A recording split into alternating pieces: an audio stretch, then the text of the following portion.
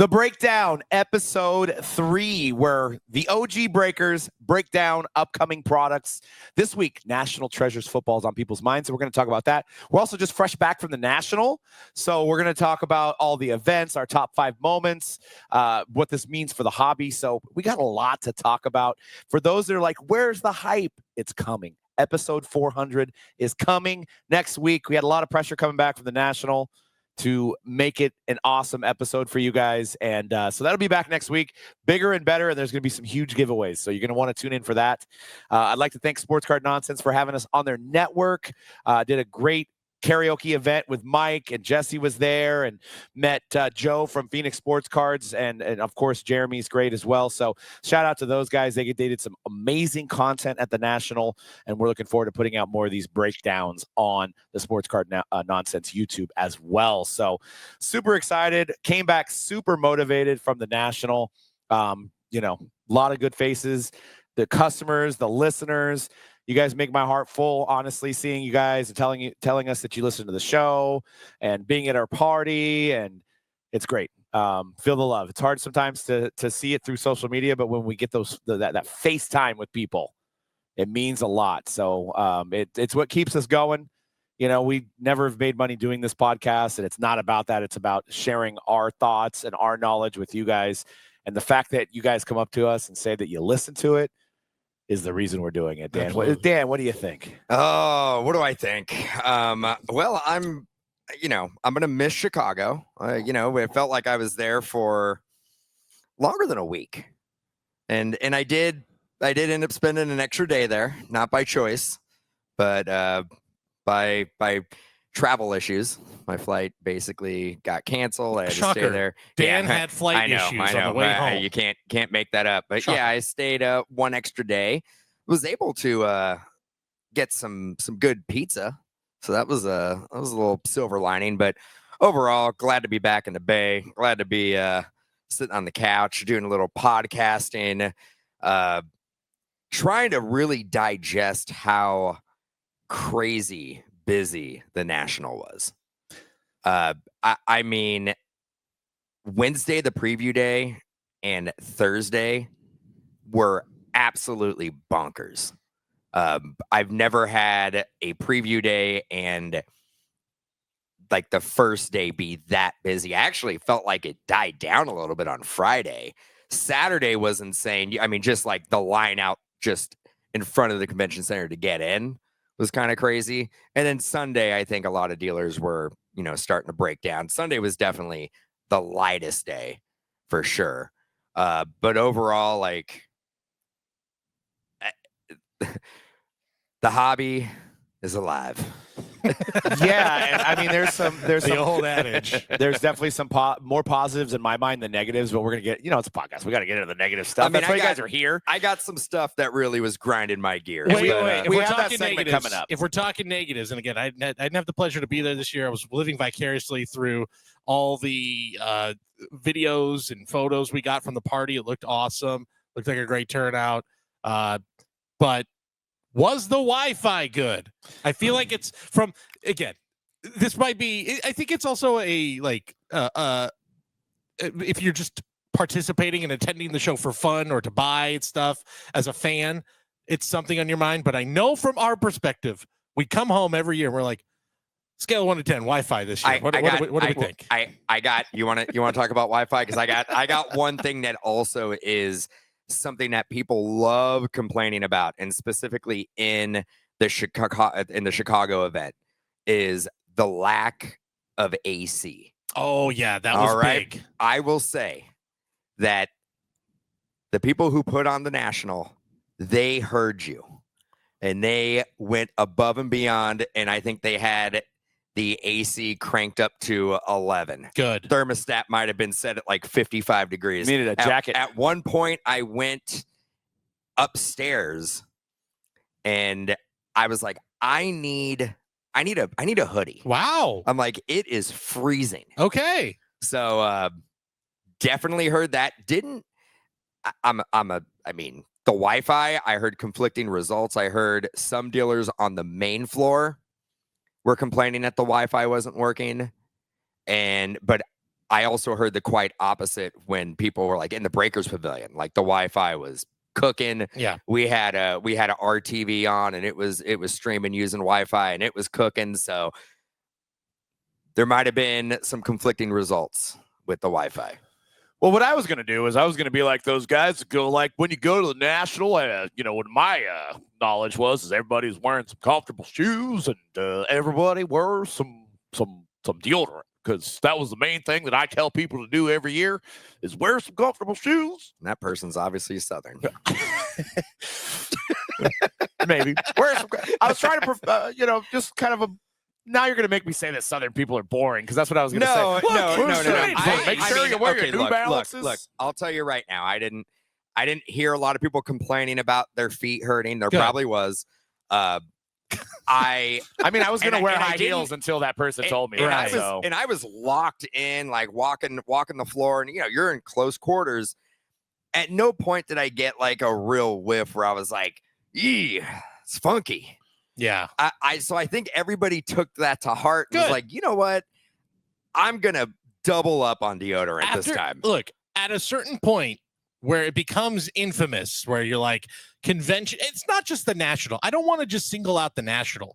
I remember, and I've said this on previous podcasts, I remember the first time I went to San Diego Comic-Con, and everyone, to a person, every single one, the one thing they said was, beware of those bathrooms. Just be ready. I went, okay, how bad could it be? Yeah, it's that bad. Like a line? No. A stench. Oh. That's all I'll say. Well, I mean, and it's a mix of a lot of things. Bathrooms don't generally smell great. But these were different. This was a different level of extreme, and that's all I'll say. It's again, we don't need to get too much into it. Well, I think when guys are eating nachos and hot dogs, and I do gotta say, I think what's helped the stench of the National is Ozempic has hit the National. Ozempic has hit the National. There's less skin folds, going on. So there's not a lot of moisture going on the skin. So I think that that coupled with guys that are a little bit, there might be a little bit more women in the hobby. So now you got shout out to my husky fellas. I'm still there. I'm still there too. I think it just worked with the fact that the AC was just cranked so high that you can't build up that lather, right? Right. I mean, can't build up that lather. So, those are some of the more important things that we've went over for you guys. So I hope you appreciate that kind of advice. But yeah, everybody seemed to be in good spirits and smelling great. Good. There was a lot of commerce going down. There was a lot of big deals. And PSA line was cooking. All the grading companies, like their lines were super busy. A lot of people getting stuff graded. PSA seemed like it was a quick turnaround. I know Doug actually had some cards graded for our customers that, it was like a 1-day turnover. Yeah, like in hand. I had to pay $2,500. Sometimes you gotta pay for a premium for a service like that, but it still got facilitated. It did. It's a price for everything, Dan. Cockawell had a big booth. I think Doug was excited about that. That's that you're going to bring up Cockawell to start it off, huh? That was the. Well, yeah. Are you in talks with Cockawell? we were walking near him, and I did see him. I had already seen it, but the way Doug lit up, he's like, I do like. he's all, look at Cockawell. And I'm like, well, and that's the reaction that Cody has in the bathroom is Cockawell. Yeah, that's how I felt at the Comic-Con. Yeah, absolutely. But there was some new presence. Walmart had a booth. And I don't recall. That's interesting. I don't recall Walmart ever having a presence. I could have got my mints and stuff there then. I know they're rolling out a sports card e-commerce platform, and obviously they've been selling retail for a long time, but Walmart has now officially hit. And this kind of the NSCC leads me to a question, because I was reading just kind of a reaction of like what worked, what didn't from various sources over the Sports Collectors Daily, Collect. And the one thing I saw was, shockingly, that the thing we talk about every year with that convention center, the Donald Stevens Convention Center in Rosemont, is the amount of room is incredible. There's always enough room. There's tons of stuff. I saw some reactions were like, it's getting even bigger now. It's like maybe now it's getting, because of these huge vendors like Walmart. the size is becoming even too big. I don't want to say too big, but kind of you're starting to feel the crunch a little bit even there, which is kind of remarkable. But I want to know, you guys were on the floor. Yeah, is that true? I mean, a couple takeaways. I hate to, some of these guys, some people will be like, man, you're just too positive all the time. Believe me, the negativity's coming. Believe me. But seeing the age being like a lot younger now too, to the point where I almost see that like instead of having a lemonade stand, people are now starting a card business that are the 7 to 10 to 11-year-old, even a little bit around teenage years. They are becoming entrepreneurs, which I think is a great life skill, regardless if they stick in cards their whole life or they start a business of some sorts. But learning how to negotiate, learning what things are worth, and just seeing these kids interjected running around with their Zion cases, regardless if they're actually collecting or they're selling, I think it's great. A great sign for the future because when we started, we were by far the youngest people 15 years ago. Everybody else was generally 20 years older than us that started their shops in like 89 when the Griffey boom happened and the kind of the junk wax era was like really, really booming. You've seen a lot of that and less of people younger than us. And it's starting to balance out. I mean, and instead of only being like 1% women, there might be 5% women. So we're like, a little bit less of a sausage fest going on. We're not completely there yet, but I think with the interjection of Labubus and other type of collectibles, you're seeing a lot more women involved and, like Mama Breaks, people like that kind of champion and are showing that, hey, you could be a woman in this hobby and enjoy this hobby. Yeah. Also, shout out to Jess, who's now with Gary V doing V-Friend stuff. So there's a lot of good figures to, usher in the new generation of young girls. And as a girl dad, I think that's super exciting to see.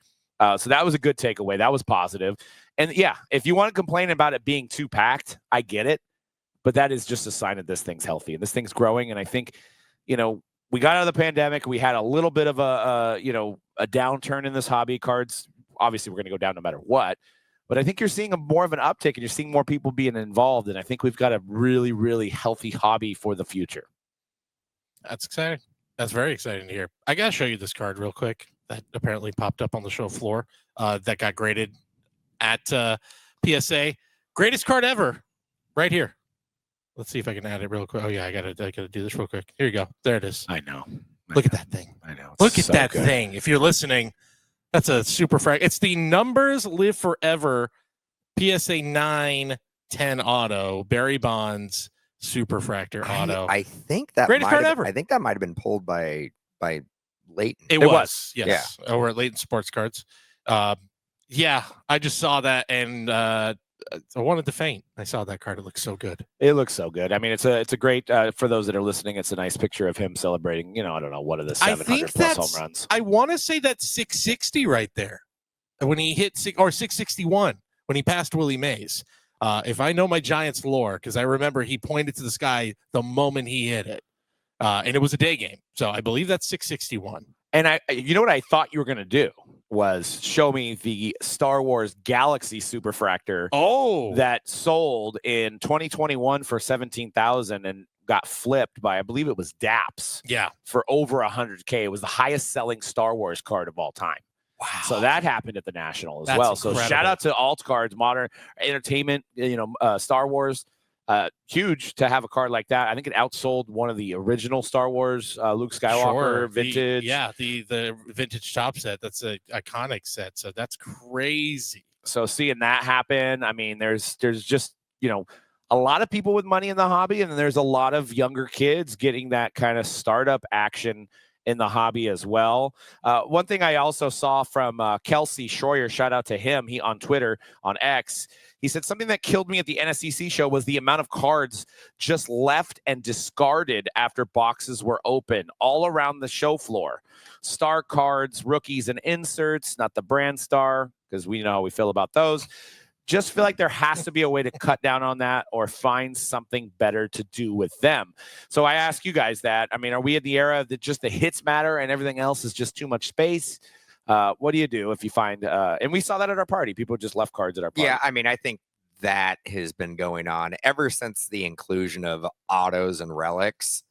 That's been going on forever. I mean, I've seen people open up contenders like football back in the day and just do it essentially over a trash can and just go through and just dump all the base cards. You're looking for the 5 or so autos and maybe some numbered cards. I think, again, like as the inclusion of autographs and relics being the chase, I think that's kind of been put into the culture of the hobby that you don't necessarily collect like the vet base cards anymore. The inserts and all that stuff. What do you think?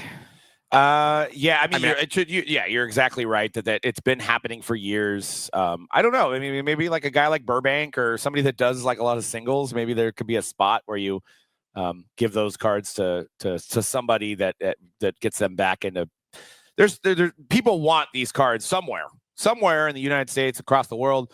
Somebody would love a Giannis 3rd year insert, 4th, 5th, 6th, whatever year insert. Somebody could use that. I don't know how we facilitate that. I mean, probably was a good amount of cards that were being thrown away. So, yeah, I mean, it's a good point.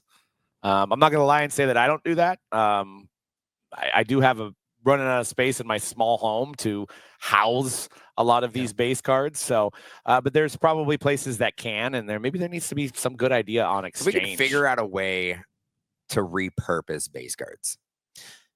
Other than firewood, right? Other than firewood. Yeah. I mean, people have done some cool artwork or like tabletops where you put like the resin over it. It looks really neat. I also don't want because that post also, it's disappointing. Absolutely. Where it's like kids would just enjoy that. I think one thing we were good about it as shows, and I know it probably happened again. Anytime we had like boxes where we opened and we just had a ton of base cards or anything we weren't going to bring home with us. I remember doing this at the national, probably the last 2 nationals I was at. We would just put them on the table, on the free stuff table. We're not really any shirts to give away, but kids would just flock over to the table and be like, I can just take this? Yeah, just take it. Go ahead. It's yours. And kids will just take it. You know, kids just love to have cards. They're the ones who want, if you're worried about, does anyone just collect anymore? Does anyone build sets anymore? Yeah, their kids do. I think that's how we all started collecting, is doing that. So, and it's different too. People aren't like buying Topps Chrome boxes for themselves and throwing out all the cards, or maybe, I hope not. I think there's still a lot of people who do that and are still looking to build a set. So it's different when you're buying it yourself versus you're at a show where you're given so many freebies and things like that, where you're like, well, this isn't really a set I collect, so here you go. It either goes in the trash, which again, don't recommend it. Find a kid. There you go. Find a kid who's like, you want some cards? Here's some cards. 9 times out of 10, that kid's gonna take them. All right, and then I'm gonna make this statement, and we're gonna discuss this, and then Dan's gonna do his grind my gears about it. But I wanted to first start off by saying, everything was cool, seeing everybody there. The Breaker Pavilion, we don't need it. We don't need the Breaker Pavilion. Whoa! I'm sorry, Gelf, and I understand you're a little bit biased. We don't need it. I mean, unless, okay, so let me put in perspective. The people that weren't at the show, okay? Like people do you mean the whatnot area as well? I just say do away with it all. Just put more tables or find a better theme that's going to drive people, maybe more experience based. I think the what, and I mean, we're not on whatnot, but like I thought their booth is definitely a vocal point of the whole floor. Like people were going over there. They had like a bunch of different events. It was kind of loud at times, but like the way Whatnot, it looks. But okay, so let me clarify. I think Whatnot did a great idea, from visually showing everything to having a race, which I wish we would have done. Combine. We didn't have time. There was a combine that you had to sign a waiver for, and you had to like open 3 packs and run to the next one, open up 3 packs, leave them all. You know, and so I think that was genius, and I got to give props to Whatnot on that. But I'm talking about all the Breaker booths around it. So for one, and there are people breaking these rules. We didn't, but you can't sell wax there. You can't sell singles there. You can't basically compete with everybody else at the National. So you're basically stuck there on a feed. And I guarantee anybody that was there, tell me if I'm wrong, 99.99% of your commerce is still done by people that aren't there. It's just like if you're going to go to Disneyland, are you going to have somebody else ride the ride for you and you watch it in a first-person camera? No, you're going to ride the ride. So when you're at the National, you're going to be looking for singles. You're going to be going to Panini's booth and get the silvers. You're going to go to Topps and go get the redemption packs. You're going to go get an athlete to sign something. There's all these other experiences. Why would I want to watch a guy open up my cards? That's not the place for it. And all the commerce is there's been no great idea to figure out how to convert people that are walking by into an online customer. We've tried it. We've done this for 12 years. Maybe we suck. Maybe I'm just taking, a way of how we're doing things. But breaking is an entertainment thing that you do in the privacy of your own home when you're either putting little Johnny down for bed and you got a few hours before you fall asleep and get ready for work the next day, or you're just not able to go to a card store to buy a box. It's just not well done there. And I know, and we all kind of feel the pressure because all of our competitors are there.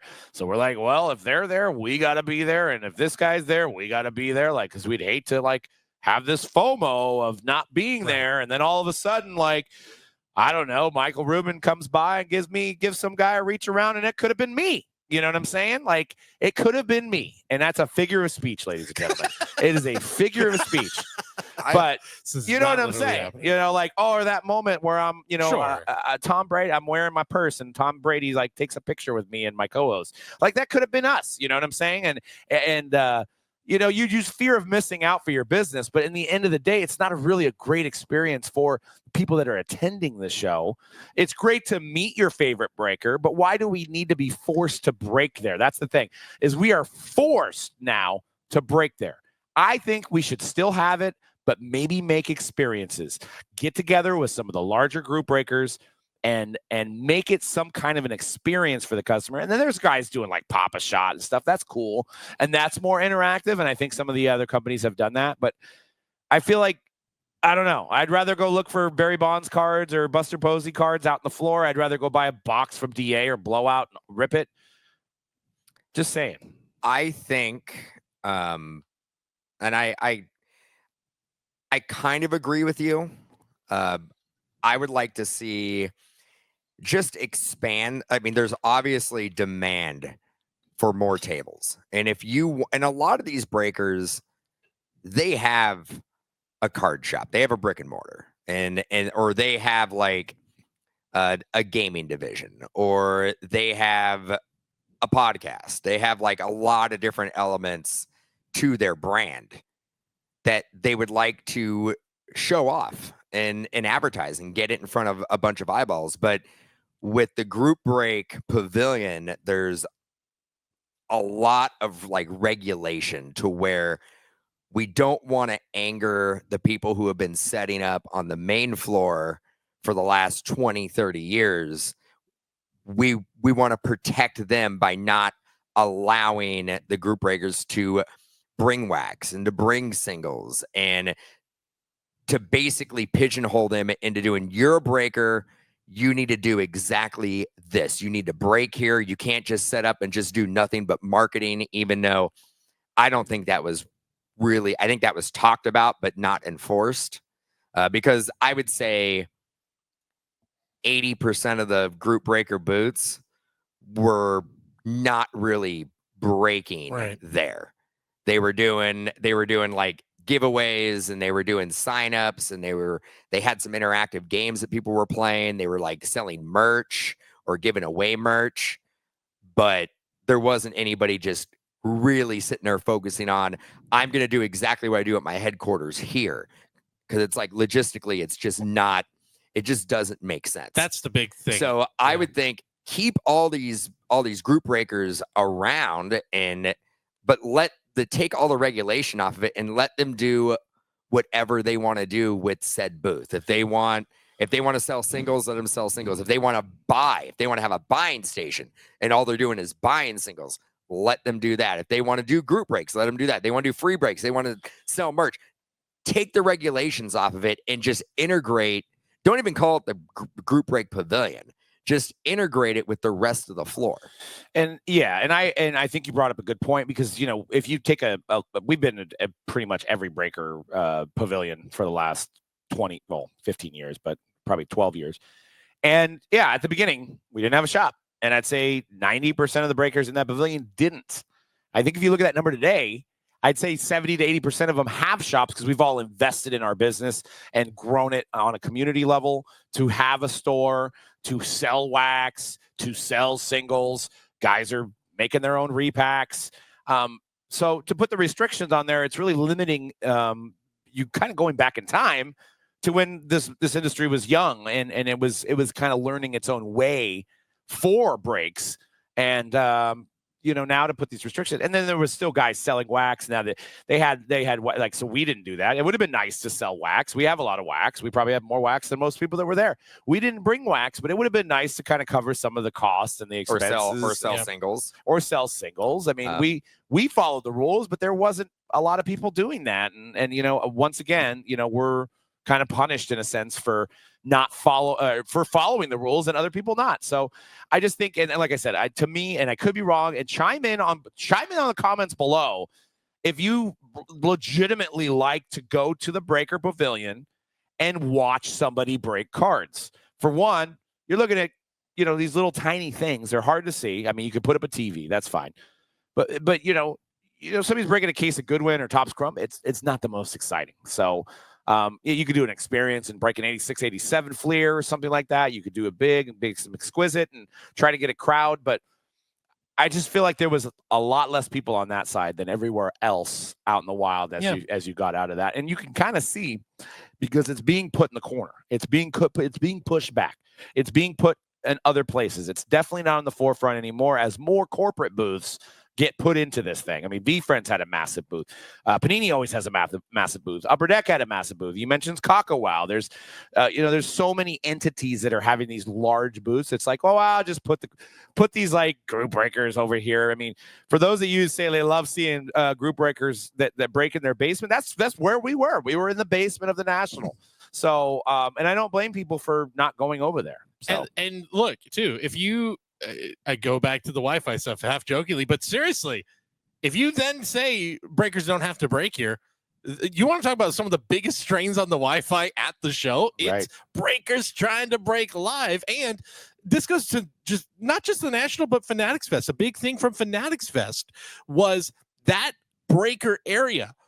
Great in concept, very cool area they built, but watching it back home, it was just terrible. You couldn't hear anything. The sound was distorted.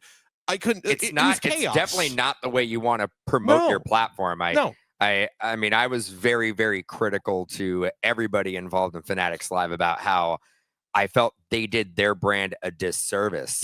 By trying to show it off in an element to where they really couldn't do it. Like, you couldn't do it if you had a main stage and you had a straight, like a club right next to it. I mean, and then you had some breaker booths in between that. You wouldn't be able to do it. It needed to be isolated completely somewhere else to kind of facilitate that. But yeah, I've been, I mean, they've heard me. I mean, I've been super critical about it and said, if you guys were, it didn't really add. It didn't add to the customer experience. No, it took away from it at all. If anything, if that was their introduction to Fanatics Live and they were sitting at home, they were like, I don't even know what's going on right now. I can't even hear anything. I'm like, that is not the way you want to promote your platform. And the easy fix too is like, we've seen it. We've been at shows where you could still do these big breaks where we're at the National, we're doing all these things. We've done it before. We did it in a hotel room where it's like, we're doing a huge basketball break and everything will go smoothly. Everything goes swimmingly because you're not worried about the hundreds of thousands of people all using the same network, all the chaos, the noise, all of that. Fanatics Fest, they have a studio there in New York. They have headquarters there. So if you still want that element, you can still do that. It's just, and make the experience special in person and make this experience great for the people at home, which at the end of the day, that is the most important thing, is the people who bought into these breaks need to know. Can I hear what is being pulled? Can I see what's being pulled? That is always number one. It's the most important thing. Can't lose sight. 100%. And let's figure out an idea to bolster up the side, because it is a huge side of the hobby and it should be shown. But like, people don't want to watch somebody break cards when they can break cards.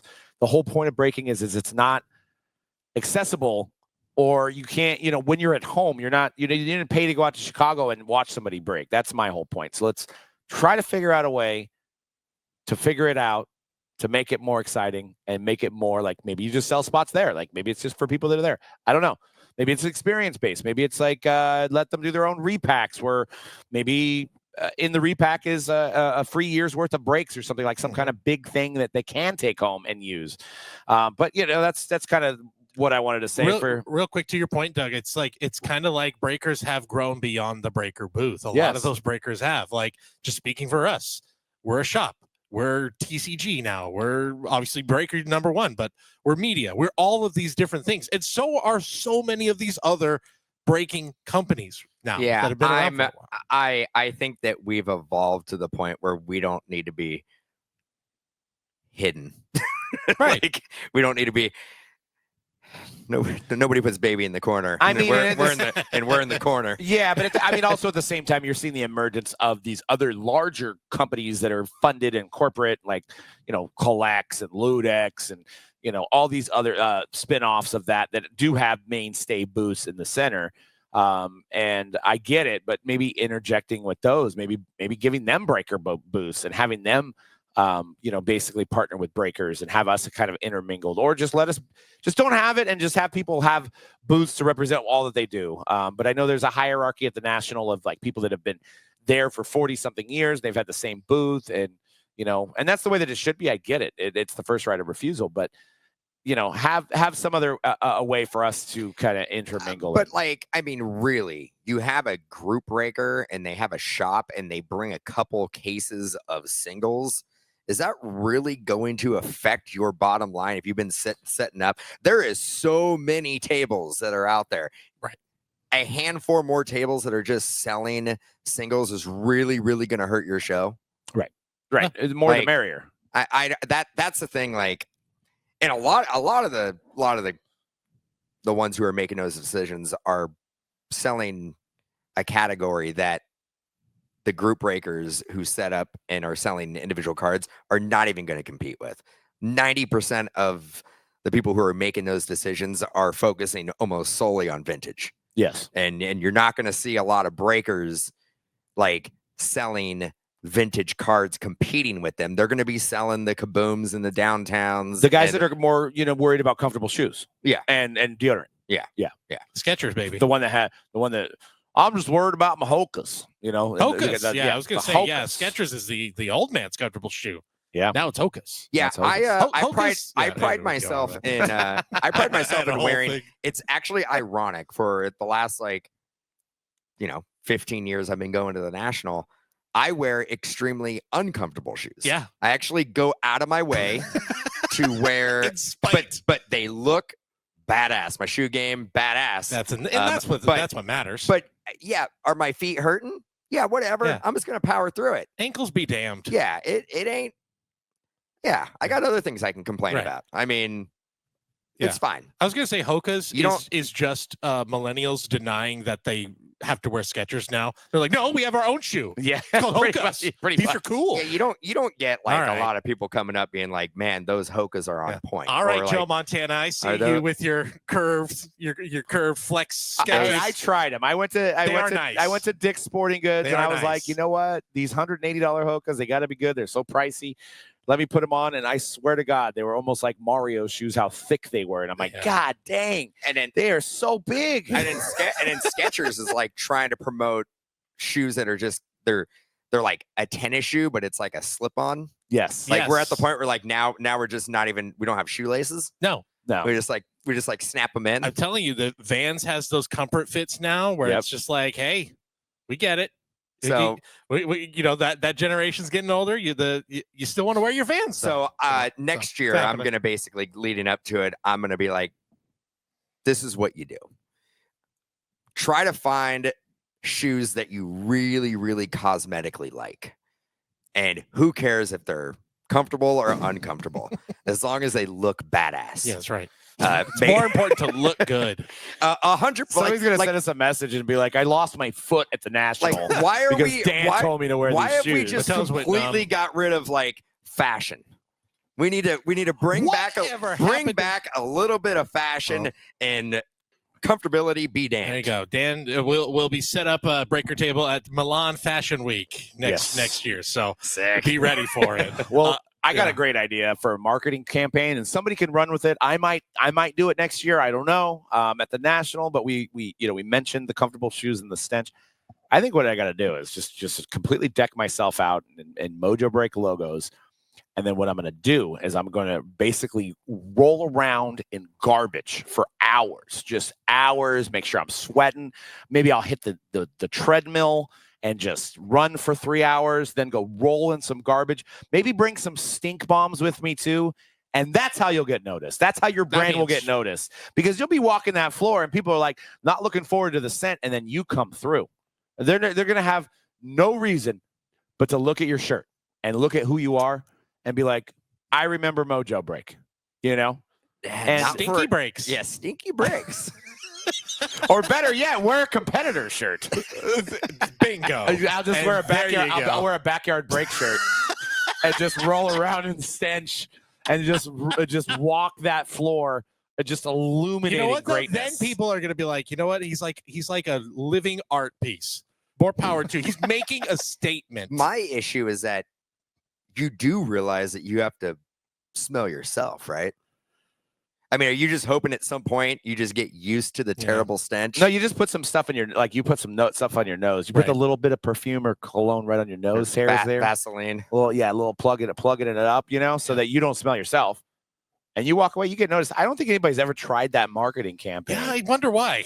And then maybe have the fake fart, like just walk around, just lay one when it's quiet, Sure. I'm sure you guys have seen the YouTube videos of the guy that does it in public, and it's not like really a real fart, but he's got a little seen box. those great videos from when the late great Leslie Nielsen would do those in interviews? He'd have a little fart box, and he'd be like, "Oh, sorry, I just had a burrito for lunch." And, we'll just great. keep doing it during. And the you interview. remembered it. See, that's proof. In the Comedic pudding. genius. Is it time for the negatives? It's well, I think we hit it a little bit. We hit already. a lot of the negatives. Excuse me, I did not even. But you didn't get to do your grind your gears. I I'm didn't excited for even it. get started with the negatives. You know what we need? We need to have this as a reoccurring segment, and we need to get the instrumental from the clips grinding, where it's like and then it goes into Dan's segment. Well, I mean, it's got to happen. It's not technically. This isn't solely my idea. Sure. Like this is something that I was having a conversation with some buddies, and we were going to do it. And this might not be a reoccurring theme. Who knows? But like, I just want to do things that grinded my gears at the national edition. And it's real. It's gonna be real small. Bends your corners. It's not bends my corner. Really, that's great. I took it from somebody else. Oh, well, all right then. Yeah. Forget it. I can't use it. Wait, scratch that. Cut it. Whatever scuffs my edges. Whatever. What really leaves your card out of a top loader? Yeah.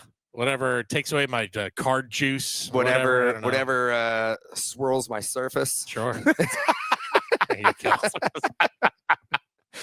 All right. Well, obviously, a lot of people there. A lot of people wanting to check out cards, check out boots, but I would say everybody, and honestly, like Doug wears one as well. But everybody has a backpack. I know you gotta wear a bag. I don't wear a backpack. Mm-hmm. I have the little satchel that you can't keep a lot of things in, and I wasn't actually wearing it this time. But the satchel you can put on the front, and I really respect those people because they're not hindering other people's experience. Big ass backpack, guys, stacked up to the brim with, I don't know, like slabs, probably some money, probably some mega nutrient supplement bars of some sort. Sure. Probably deodorant, a Cliff Bar too, and maybe all their clothes for their trip. Shoved in there. When you're looking and you have a 30-pound backpack on that is about 2 feet wide, be aware of your surroundings when you're swinging your ass around. Because I had at least 30 or 40 guys just swing and just body check me with their backpack and then look at me like, oh, what are you doing there? No, it's not what I'm doing here. I'm just walking. You have this 30-pound backpack on that you're just swinging around. It's like it's a weapon at this point. Right. But you put like 4 on this side, 4 on this side. It's like you're trying to navigate. It's like a gauntlet. You're like ducking and you're like moving backwards and you're just like, it's tough, man. And I'm like not that big of a dude. So I can imagine, what if I had a backpack on and I was kind of a heftier dude? Like there'd just be a log jam, just nobody be able to get through. You just be there forever. Like, you going to move that way? Can I squeeze in this way? So that was one thing. Let's ease up and just be, you could wear your backpack, but just be aware of your surroundings. What if they wear the backpack on the front? Well, yeah, because then they're not, but if they do that, they're not going to run into you. Right. Well, that's what I'm saying. No, I'm okay with that. That is something I think was popular in like the early 90s, mid 90s. Just look like a bunch of pregnant men walking around. I don't think that's really going to fly. Was it We're never going to get rid of the backpacks. little Arnold Schwarzenegger? And that's fine. Oh, yeah, sure. I just want people to be aware of your surroundings and know that you have a 30-pound backpack on before you go swinging around. That's one thing. The other thing is we have fallen in love with talking about comps to the point where I don't know if dealers and buyers have any other dialogue that they can have. It literally is like somebody comes up, you're like, oh, how much is that card? Well, comps are this, comps are that, comps are this. The last comp was this, and then the buyer's like, oh, well, I see the last comp was this. I'm like, buy it or don't. Sell it or don't. But I don't care. You don't have to give me the last, like, you don't have to give me a conversation the last 6 months that there's been a transaction with this card. The history. Both ways. Don't give me the history. Like, if I give you an offer, 99% of the rebuttal was, oh, well, these are the last comps. It's so accessible now that I don't think the buyer or the seller have any other moves. This is the only move we got now. And it grinds my gears. Yeah. We're losing recipes, as the kids say. It swirls my surface. Yeah. It dimples your chromes. It dimples my chromes. It spits on your card during a break. No, yeah, there was a whole spittle gate back in the day. Shout out to Leighton on that one. But anyways, like I agree with you there. I mean, could there be a world where a guy sets up and he may go viral, but I don't know how many sales he's going to have. Don't ask me about comps. These are my prices. Can you put that? I think there's probably a lot of local shows where that does go down, and that said dealer doesn't sell a lot of cards. And honestly, like there's still dealers that set up, and this is one of their few opportunities to show off their collection. They really have no intention in selling anything, which I think is completely fine. You want to set up your collection and you want people to come up and you want to have conversations because maybe you don't have a lot of collectors in your inner circle in your day-to-day life, and you just want to basically have a conversation about cards, how you acquired them. That is also fine. Like, not everything needs to be transactional. I don't have a problem with a dealer showing up and being like, I'm not even going to price my cards. I'm just going to have them out here, and I just want to talk about them. I want to see what you have. I want to show off what I have. I want to tell you the stories about how I acquired these. But I think right now, 99% of everybody's mindset is transactional. And part of that too is we really haven't done any videos in this genre, but you know what is a really popular one is either on social media or on YouTube is here's all the deals I've made. The haggling, the back and forth, like people in this space are eating that up on social media and on YouTube. And so I think what you're seeing too is, that's where a lot of probably newer collectors are learning that. And they're like, well, this is how it goes. You're right. It's not like back in the day where maybe the interaction you were just talking about, Dan, is maybe something a little more common. Yeah, and I'm probably gonna get crap for this, and people that see me at the show are gonna, people that listen to this, but like I have been in sales before this. I was in sales for over 15 years, so I know negotiation. I know how to make a sale happen. And I also consider myself a master negotiator at buying a car. I just know how to do that. It's not an easy skill. I know how to push that to the limits. I am a complete and utter awkward negotiator on singles. I hate it. I can't kind of either. There's just awkward because it's like this guy thinks his card's worth this. I think it's worth that. It depends on if I'm selling it or if it's for my PC, which is I'm not really telling him that. I mean, there's some that I'm buying for buybacks. There's some that I'm buying that I'm never going to sell my whole life. So it's like, but it's like, you gotta, you could offend somebody. Somebody can offend you. I mean, you're meeting this person a lot of time for the first time. You're like, oh my God, this price is insane. Their comp is being pulled in the wrong way. There's a lot of awkwardness. And I think some people revel in that and they love the art of the negotiation. I don't know. For me, it's been, and tell me, in the comments below, are you an awkward negotiator when it comes to trading cards? Because I know I am. So it's definitely an art form. And this is the only thing I can figure out, because I see what you mean. Like maybe psychologically, it's like, pulling, like getting a great deal at the car dealership.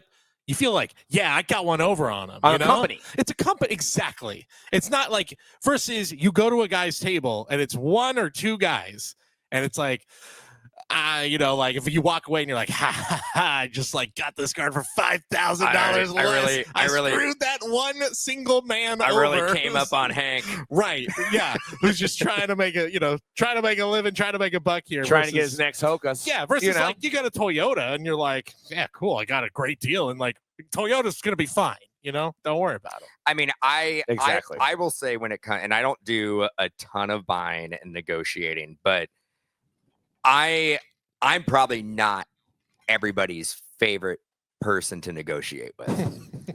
Yeah. I will basically sit there and I will come up with what I believe is a fair offer. I'm not doing the I serve it to you, you serve it to me. We're going to go back and forth and then we're going to come somewhere in the middle. Like, I'm like, this is what I'm looking to spend for it. The art now is that whoever comes in, that's the jumping off point. So we're never going to go below that now. Like right. It's never going to go below this said number. It's like the person who comes out with the first number is now at the disadvantage, right? Yeah. So like clockwork, I'm sitting there and I was sitting there with Doug as well. We go, I throw out a number. Person comes back. Now I'm looking at cards that are not super desirable to the point where, well, maybe one out of the three, but there isn't a lot of people that are going to be coming up looking for this franchise, which is probably one of the least collected franchises in all of the industry. So I'm like, I know no one else is going to come up. So I was like, my initial offer is fair. I get rebutted. I basically am like, no. And then they rebutted again. And I was like, no. And at that point, I told Doug, I'm like, I just told him real quick. I'm like, I have no problem saying tough and just walking away. Because I'm not going to be like, I started at this price. I'm not going to negotiate against myself.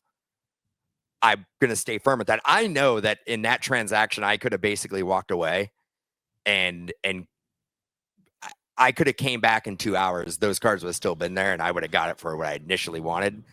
But the person who was there, who was selling the cards, was also set up with a longtime mutual friend of ours that I don't, it wasn't his booth, but they were just kind of sharing it. So I was like, whatever. I'm like, I'll give you like the extra $50. But I generally, when it comes to negotiation, I'll come up with a fair negotiation, but I'm not going to do this like back and forth. Like I'll just walk away. And I think for me, sometimes and maybe it's a character flaw. Like I feel like I deserve to do the transaction with them because I've sucked up a lot of their time. You know what I mean? Where it's like, all right, we've went back and forth. And maybe if I don't exactly have gotten what I've wanted, I feel like I should like I've taken a lot of your time up, even though if it might be like a minute or two, but like, we've engaged and I feel like I need to finalize the deal to maybe my disadvantage. So I need to get better at that. I'm not really like, that's why Mojo Break has people that do buy cards and they're better at that than me. But that's where the negotiation comes through. Because if you've literally like the person who throws out the number first, that's why a lot of buyers don't give a number right away. They go, what's the best you can do on this? So the seller comes back with a number. Now, like the person who comes back has the leverage because now there's already been a bar that's been set. And there's so many head games to it. So say like you see like a $1,200 card you really want, and you're like, okay, I'll offer you $1,050. They're like, deal. You're like, oh. You walk away because you're like, actually, instead of being happy to get the number you want, you're psychologically thinking I should have went to 900. I think with the mindset in our industry right now, using that price point as an example, let's say it's priced at 1,200 and you came in at 1,050. No dealer is going to take that 1,050. They're going to rebuttal with a how about 1,125? Right. Like that is like the thing where I'm just like, even if I'm coming out with a fair offer, it's always like I'm the first to do the offer. So whoever, like I don't have the leverage in the negotiation now. Yeah. So yeah, I understand the people that go up to Boots and go, what's the best you can do for it? Because you're automatically taking leverage once that number is put out in the negotiation. Yeah, 100%. So last little bit and we're going to get into some NT talk here as National Treasures 2024 football is going to be released on Wednesday of this week, which is maybe when you're listening to this, but I wanted to let you guys know on a special deal we have for mojobreak.com. It's NT football 10 for 10% off any of your breaks. We have I think 3 cases posted right now. They're already moving. So if you want to grab and chase Jaden Daniels or JJ McCarthy or Bo Nix or some veteran teams like Mahomes is in there. We don't have a checklist quite yet. So, maybe everybody's in there. Who knows? But use that code to save 10% off of NT football. One last point I wanted to make about the National, and I don't know if people noticed this on social media, is that I know a lot of people had pitchforks for Backyard, and they wanted them to not be at the National with the controversy they had in February about the ball pierce, the ball piercing, using a hypothetical kid, a hypothetical daughter that should get their nipples pierced, and all the gross comments that not coming from me, but just to maybe you hadn't heard that, and I'm sure you did, but if you didn't, just catch up to speed on it. Yeah, we got it. So we were actually right next to their booth, and the perpetrator, one of the owners of the companies that made these comments, was not there. So we're going, okay, he's not there, whatever. Maybe that's what people want. I think people didn't want the whole company there. Maybe people forgot about it. We have ADD in this hobby. That person was set up at King's Bowling Alley, which is about a 5 to 10 minute walk from the National, in a room selling singles there and openly going on social media and telling people that are his friends or people that want to do business with him to walk over to King's and see him there. So I thought that was a little tacky and tasteless. And I think that the National, in a normal situation when they don't have, a big company like Whatnot as a sponsor, think would maybe take some action to that, but maybe took a blind eye on that situation. Look, without divulging too much, we have set up events at the National now for multiple years, and there's a lot of rules and regulations that we're happy to follow. I think kind of incredible that someone with that much notoriety is skirted the rules here. And before you get what you want to say, I want to add to what you said about the rules and regulations. I heard a rumor that people were like setting up, like doing trades at night at a hotel, and they were told to stop doing this. Sure. And they were like, well, we're just we're all at this hotel and we're hanging out and trading. They're like, it wasn't sanctioned by the National. Sorry, we have to shut this down. So, people that are doing things on the up and the show's closed, they don't want to go to the trade night at the show, and they're doing it in the privacy of their own hotel. They're being told not to do it. But the fact that a large breaker is staying away for the reasons of the controversy, but telling people to leave the National is crazy to me. Yeah, I mean, I do believe King's isn't a nationally sanctioned venue. They may have had like some parties there, but that bowling alley, if they're still open for business. If somebody comes who's not even associated with the National, like, hey, I want to I want to reserve 4 lanes for all day, like they're going to do that. Right. I mean, the bowling alley still has a business to run regardless of what's going on, like, across the street at the Stevenson Center.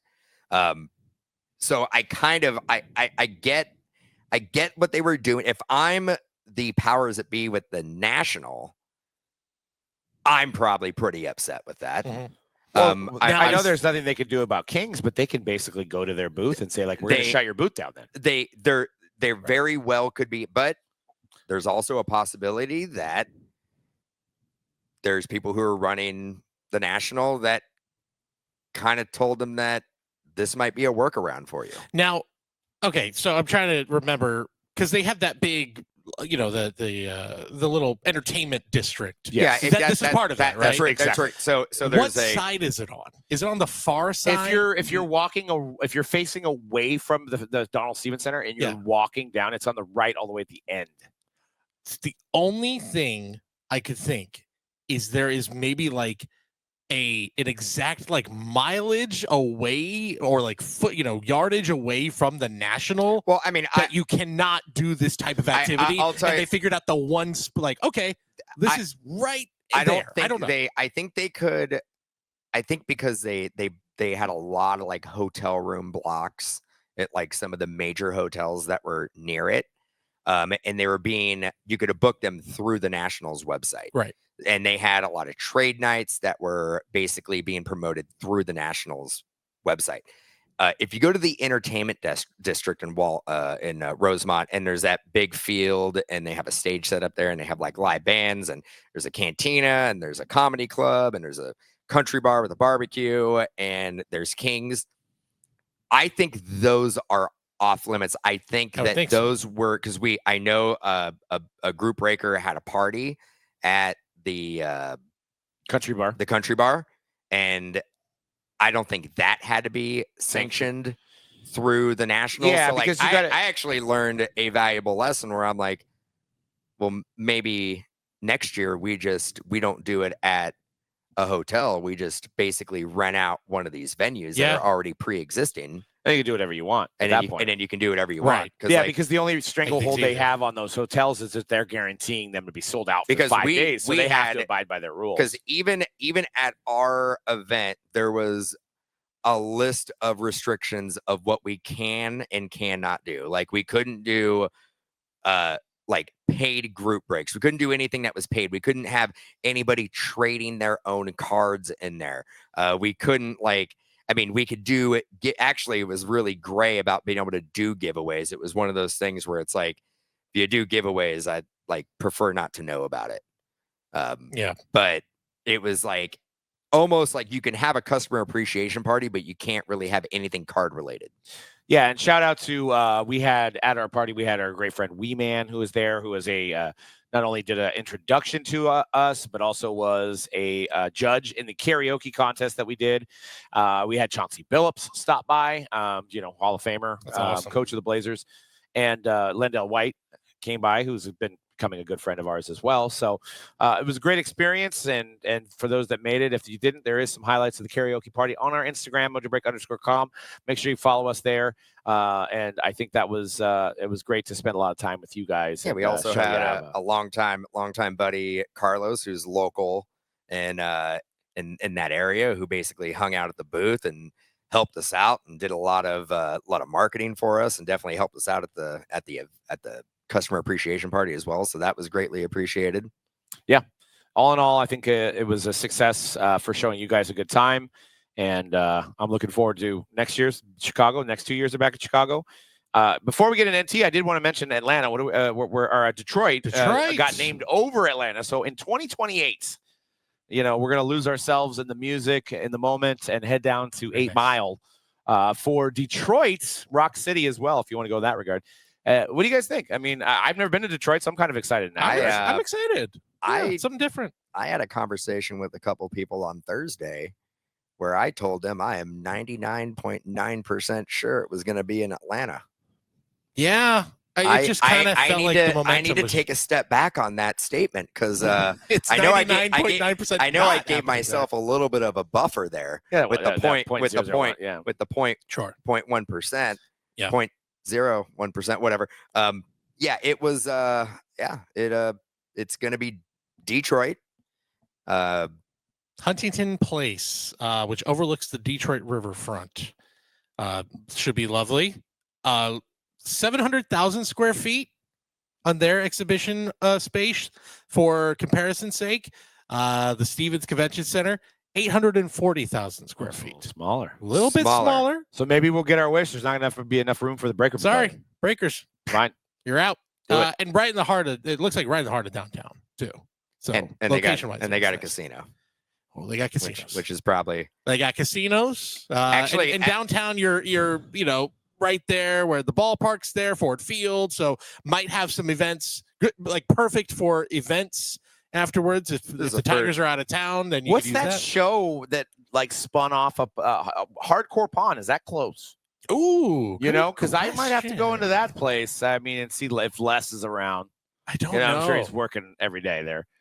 Hardcore Pawn, that was a good show. Hardcore Pawn, man. I haven't thought about that show. Is Les even with us anymore? There's a point. Maybe he's not. I know his son and his daughter probably are, right? So, Les Gold is still around. Oh, sweet. 75. Sweet. Yep. Yeah. I mean, so we got Detroit.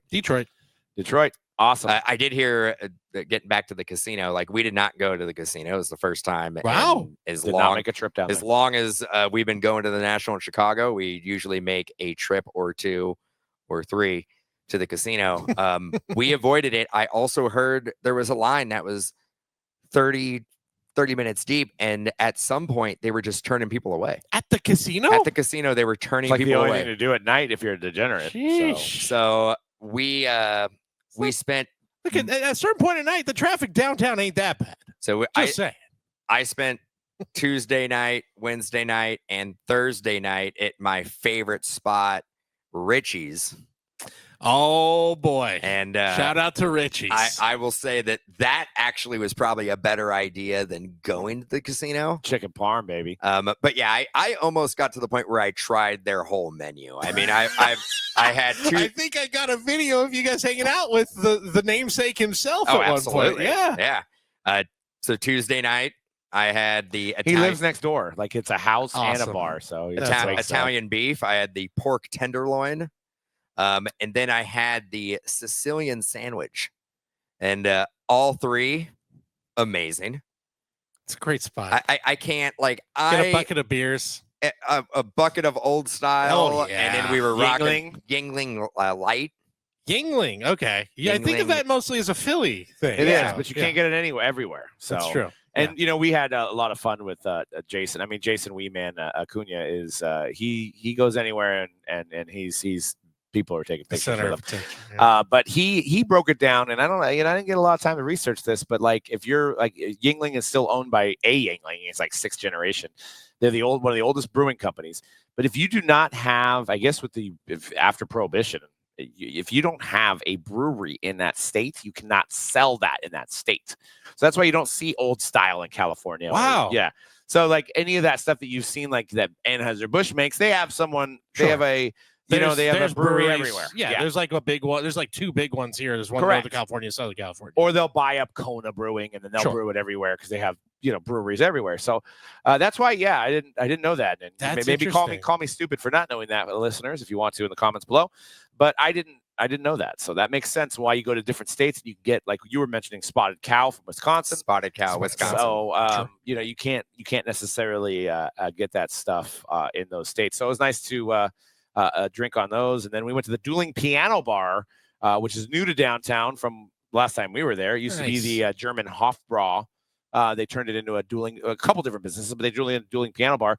And they'll play any song you want. You give them $20, they'll play any song you want. We had them playing Coolio, Gangster's Paradise. A funny story is we were all wearing Mojo Break Gaming shirts.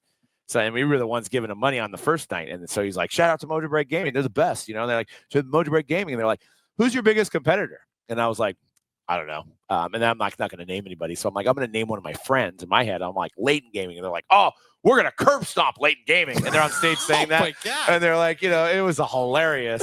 So they were giving Mojo Break Gaming chance. And hell yeah. And then we went back the next night, and our buddy Chris Keller from Top Shelf Breaks, who was on last week's show, check that one out. He played drums for 2 songs. Oh my gosh. And apparently has never played on stage for 20 years. Yeah, right? I think he was lying. He actually the Renaissance man. Yeah, he played. My goodness. He played Jenny. Yep. And the outfield, use your love tonight. Not bad. So, yeah, I got a video. I'll show it to you later. Yeah, But this man just goes viral wherever he goes. Yeah, that's great. Yeah. Shout out to him. All right, let's get into NC. I know you guys have been waiting for actual product talk, but National Treasures football is going to be big, and we still have some more 2024 products to come. But this is one of the staples for football collecting. You're looking at a 4-box case. You're looking at 8 to 10 cards a box. You're looking at one of the more famous RPAs of said players. You're not going to get any ink of Jaden Daniels, Bo Nix, or who's the third one? Caleb Williams. Caleb Williams. You're not going to get those 3 guys in here, but you will have patches, RPAs, book cards, different parallels of those guys. And it's coming out tomorrow. So use that code 10% off. The only thing I could find is Panini. The day before, we don't have a checklist, so I could definitely, I would love to go out here and say like, hey, this is the first time I've seen an auto of this guy, or cut auto of this guy. We can we know that like there's going to be generally all the rookies that they've had signing in the previous 2024 products, the rookies that were, but there's certain ones that we don't know, like Cooper DeJean wasn't a rookie photo shoot guy. Is he going to have an RPA in there? Right. We don't know. So it's always, when it comes to a rookie patch auto, it still is king. So, yeah. This is just to give you a comparison, because, you mentioned we're not going to, it's another year where, we know by now the autos are not going to be in there for certain guys. So I just thought I'd do a quick comparison of what last year's, the biggest card from last year, and here it is right here. I can get it up for you. This is a CJ Stroud from Card Ladder, $14,400, sold on December 5th. The Shield, one of them in there. That is the highest selling CJ Stroud from that set. And the flip side of that is just a year before, the Brock Purdy auto Shield. I don't think I need to tell you, pretty substantial jump, $134,200. Now, again, the Purdy market was wild. But again, I think that's too cheap for Purdy, personally. There you go. I think but you're going about $120,000 difference just for the. And I think Jaden has more hype, though, I think, than CJ Stroud. It's interesting. I think you're right. He does, because of the appearance in the NFC Championship game. That playoff run did a lot of help for his market. They felt about even going into the playoffs. Yeah. Where it was like, we're just getting another great rookie QB with a surprise team. I will say, going into the season, I don't want to get ahead of myself, because I kind of felt the same way about CJ Stroud, where it's like, well, look at all the guys they just got this offseason. He's got all these receivers to throw to now. He didn't have that last year, and another year Tank Dell and da-da-da. And there was some regression. Part of that was injuries with the receiving core. Still made the playoffs. But kind of feels like the same thing for Jaden, right? Where they're like, well, look at this. They went to the NFC Championship game, and they went out and got guys. They went out and got, they got Debo. They got all these guys to build around him. Just be careful. It kind of feels like deja vu right now. Not saying I don't believe in Jaden or don't believe in one or the other. I like both these guys, really. So if you're investing so much more into Jaden versus CJ, I just don't know if that's quite justified at this point. Yeah, and we pulled some cards, and you were going to mention something, Dan, but I want to get into this next slide of shout out to Leighton Sports Cards, who did some first off the line, so I was able to pull some images of stuff that we hadn't seen on the sell sheet yet. There's some Jaden Daniels, and I'm assuming most of the rookies are in this set. It's called a treasure hunt. It looks like a silver card, and we're getting that thing on the screen here. But it is number to 25, and it's Aram. It's 100 milligrams, 0.999 silver. Oh, so it's interesting. Don't know what gem value that is, but another way to get Jaden Daniels in there without having the autograph, as you can see on the screen there. And then I have a back shot. It kind of looks like what they used to do with like Element, but Element was like just a metal card. This is actually silver. Huh? Well, that's definitely a huge value add right there. It's something that I think last year there wasn't enough time to kind of figure out how do we get around this? How do we make that value add without these autos? Well, that's certainly one way to do it. Yeah. So I don't know if there's different parallel versions of it, because if you look at it, it says AG, right, which is probably the Aram scale of elements. I'm not a genius in science, but there probably is a gold, maybe a palladium, maybe a platinum, maybe all versions of this kind of metal plated card, which it'll be interesting to see what these go for. The next slide is you want to grind Dan's gears. Oh, you want to grind your gears. I mean, what could we get to the point? Like, what is the point? Like, what is the point? But look at all those running backs, Dan. That's a lot of big names. But and they're all on one card. I know. That's awesome. So for those that are listening, there is a book card with how many is that? 8, 16, 24 different players. I guess they've called it Treasure Hunt, right? That's what it is. Yeah, that's what it is. Yeah, right? I mean, let's it's probably numbered to what? They're all napkins. It's probably numbered to like 50 or 99. 49. If it's numbered to 99, then I'm really angry. I will find out for you. Man, by the way, it's receivers card, and that card in theory, I understand in theory that's a cool little piece. But for group breaking, that is a nightmare. Yeah. Is it a cool piece, though? Do you want that card, Dan? No, I said in theory, if I was building a set and somebody was like, hey, why don't we put like 25 relics on this one card? Like, I'd be like, oh, that sounds kind of cool. And different. Yeah, why don't? But it's not different anymore because we've been doing it for a decade. Right. Oh, man. Like, you just, here's number to 25. Here's my issue. It's okay. These products we're not going to sugarcoat anymore. Like these are going to be this product is probably going to be digested 90% in group break format. You know how group breaks work. Like it is basically random between the teams that are on the card. So there's going to be one winner and a whole lot of losers. Why even put that in the product when you know how it's going to be digested? It's true. I can't deny that. No, you're right. There was a time where I think that's a fun card, but now it's like, you're right. When is it's a fun card. Yeah. If it was the opposite and 90 to 95% of the product was being digested by people going to local card shops and just buying a box How for often themselves. are people? I could probably count on two hands the amount of times people have come in and be like, "Let me get this one. I'm coming for this single box." It happens. It's not common, but let's get rid of these. Let's do away with them. Yeah, it looks like it's the top running back and the top wide receiver of several different teams. Yeah. You have James Conner and Marvin Harrison.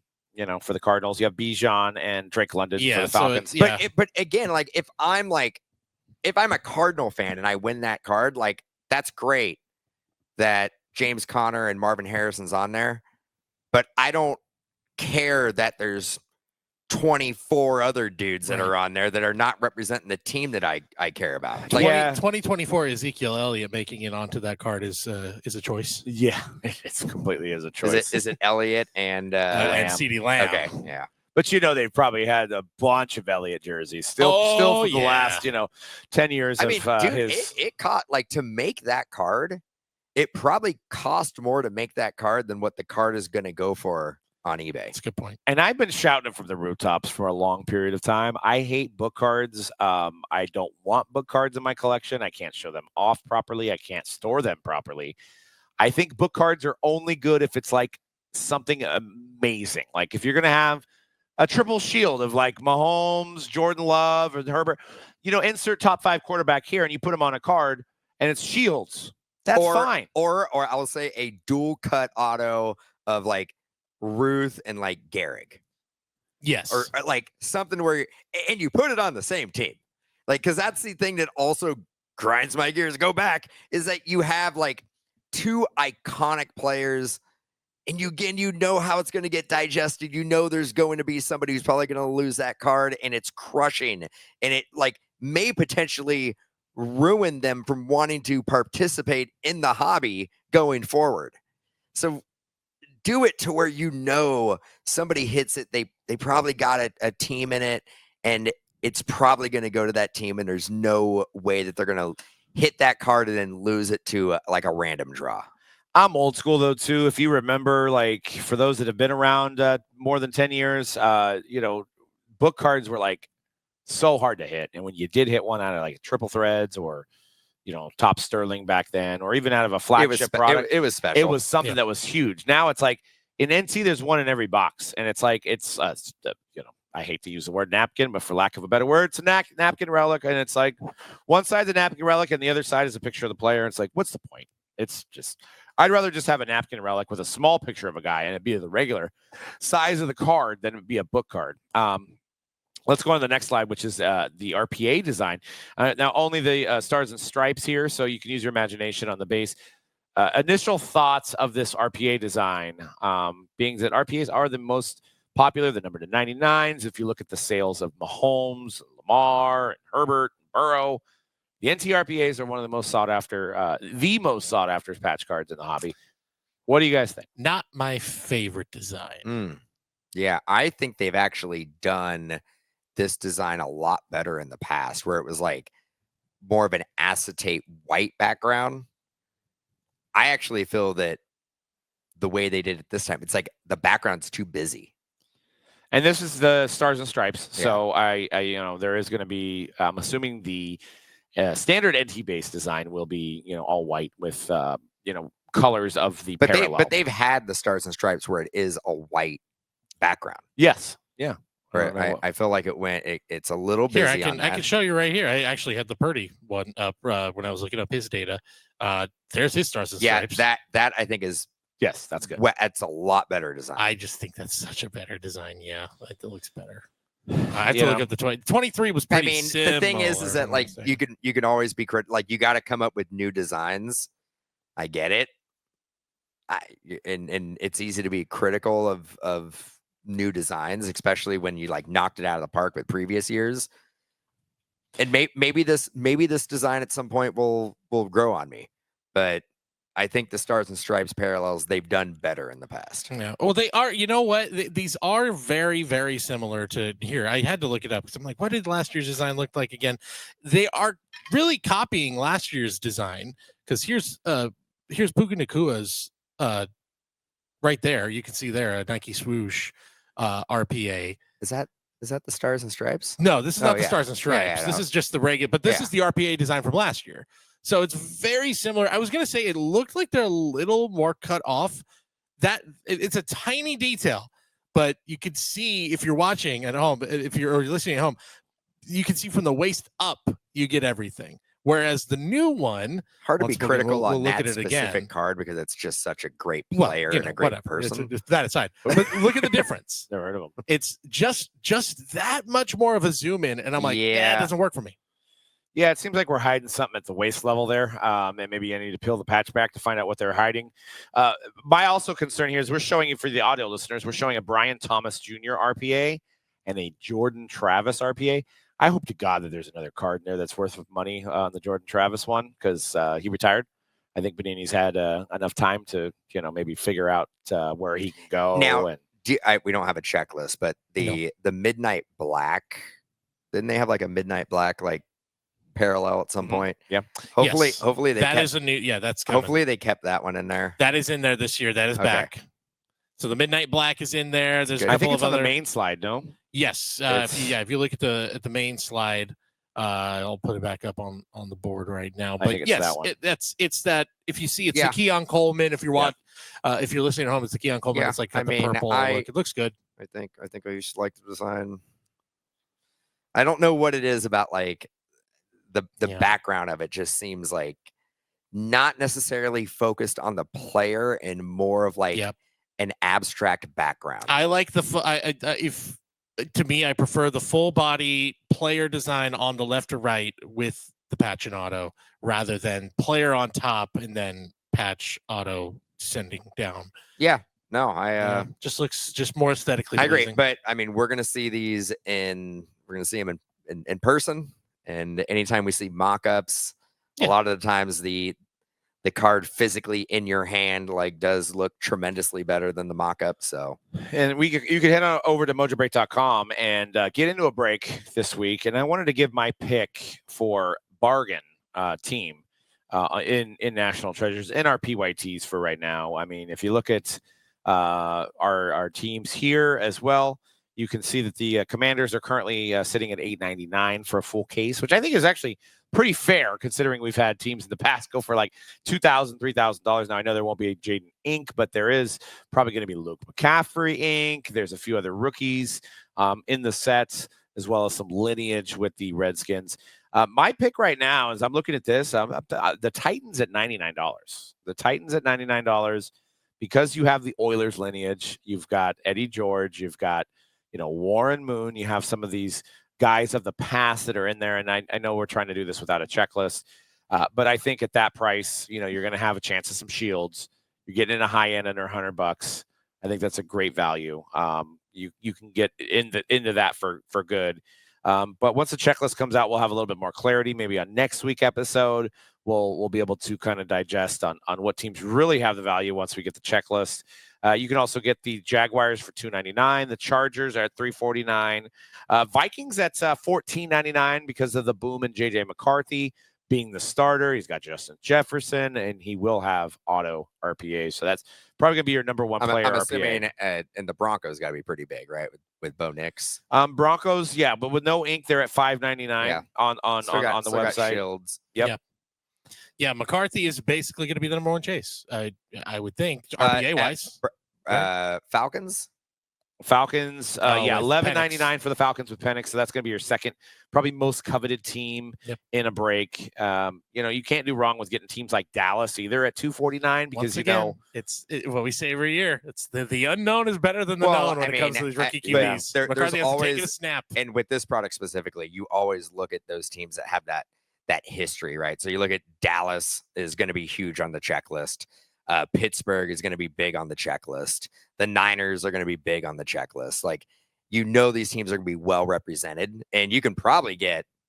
I mean, you just showed the Cowboys. Cowboys are $2.49. Niners are $3.49. That's a great deal. And Niners at $3.49 is a great deal. I mean, I don't know why you'd want to have Niners in your collection, but if you're looking just to flip them, no problem there. So they're criminally underpriced there. They have so many stars. They have a lot of stars at each position. They got like the best quarterback in the league, best running back in the league, best tight end in the league, best tackle in the league, best defensive tackle in the league. Well, so they're not putting those guys in the product. So they probably are though. They're not putting Trent Williams in the product. They've had Pro Bowl signatures before, so you never know. Yeah, I mean, the man just walked out with Morgan Wallen, so I'm sure he's in demand. Half of the Bay Area sports all-stars and legends seem to walk out with Barry and Steve Young the first night.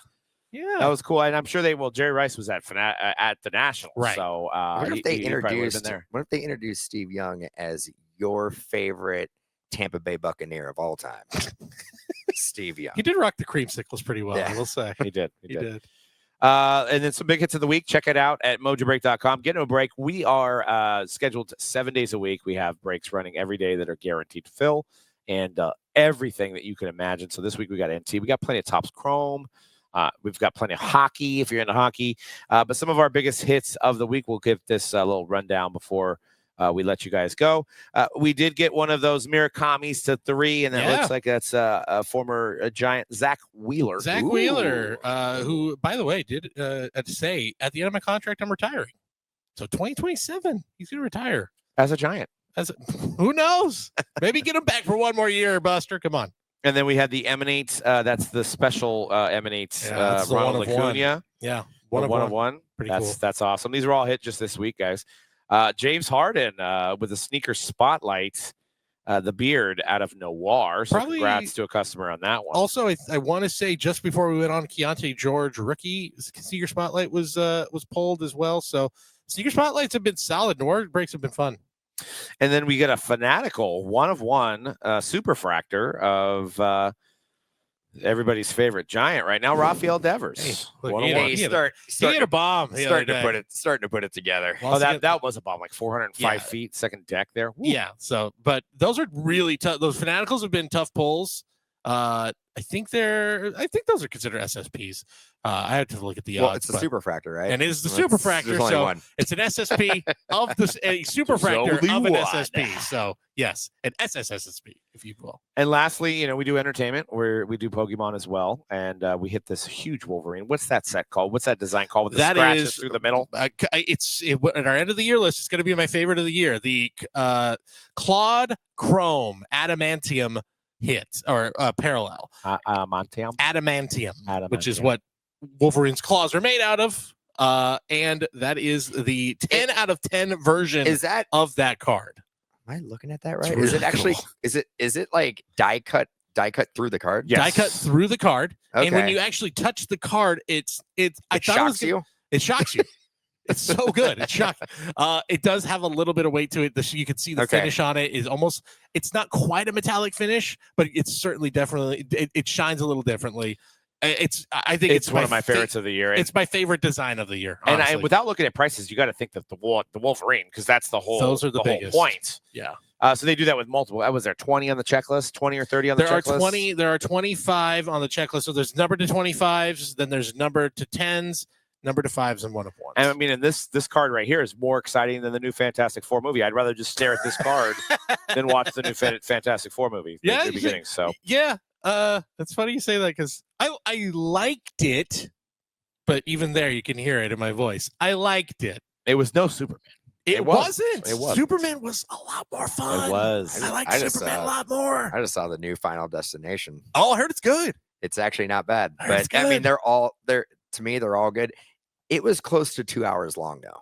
Jeez. Which for a Final Destination movie, those need to be a crisp 90 minutes. Yeah, I felt like at one point I'm all, it's a little long now. Look, there's a lot of, a lot of backstory. But I mean, it lived. I mean, everybody knows what it is. They did a good job with it though. Yes. I caught the new Bob Dylan flick on the plane, but I kind of fell asleep a little bit during it, and I caught the end of it, and I thought it was okay. A little long, too. It was like 2 hours and 15 minutes. Yeah. But Timothy Chalamet playing Bob Dylan. Chalamet. I thought it was good. Yeah. I thought it was good. I saw it a while ago. Good flick. But that's all we got for the breakdown, guys. Check us out next week for Breakdown 4. I think we're going to have Joe from Phoenix Sports Cards on. I think he loosely committed, but we're going to set down the time for him. And he's great. I had a great talk with him at the National as well. Sports that headband. I mean, he's probably got the best headband look in the biz. So we're going to have him on the show next week. We'll be talking more products and pricing and more breakdown stuff. So we'll see you guys next week on the breakdown. And thanks for tuning in. Peace.